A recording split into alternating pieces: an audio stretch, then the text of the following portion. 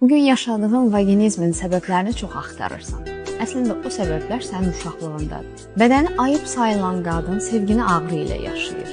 Qız uşaqları çox vaxt bədəni haqqında fikirlərə görə susturularaq böyüdülür. O sözü demə, oranı göstərmə, qız uşağı üçün ayıbdır, həmin yer pis yerdir və illərlə qız öz bədənini utanılacaq bir şey kimi bildi. İndi o qadın olur və içində hələ də utanc hissi var.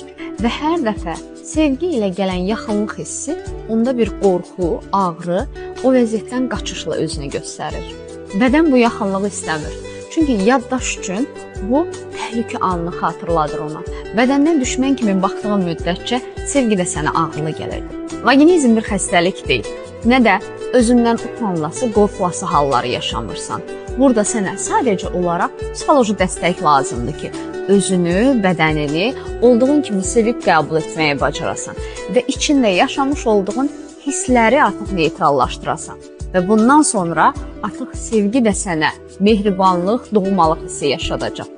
Əgər dəstək almaq istəyirsənsə, səni ən yaxşı mən başa düşəcəm. Çünki qadının qadından başqa dəstəyi yoxdur.